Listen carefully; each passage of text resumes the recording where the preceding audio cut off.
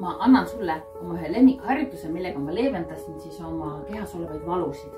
Paned suured varbad kokku ja lased põlved vajuda hästi laiali.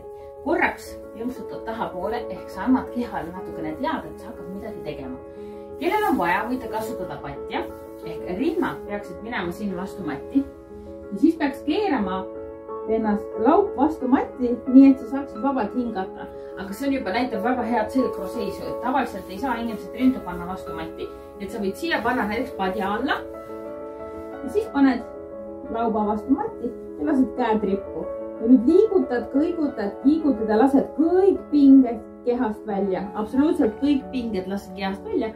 Nüüd sakutad, liigutad ja nahistad. Tee õlaringe ühtepidi teistpidi. Ja nüüd hinga ennast suureks ja paksuks nagu padagon ja välja hingates lõdvesta.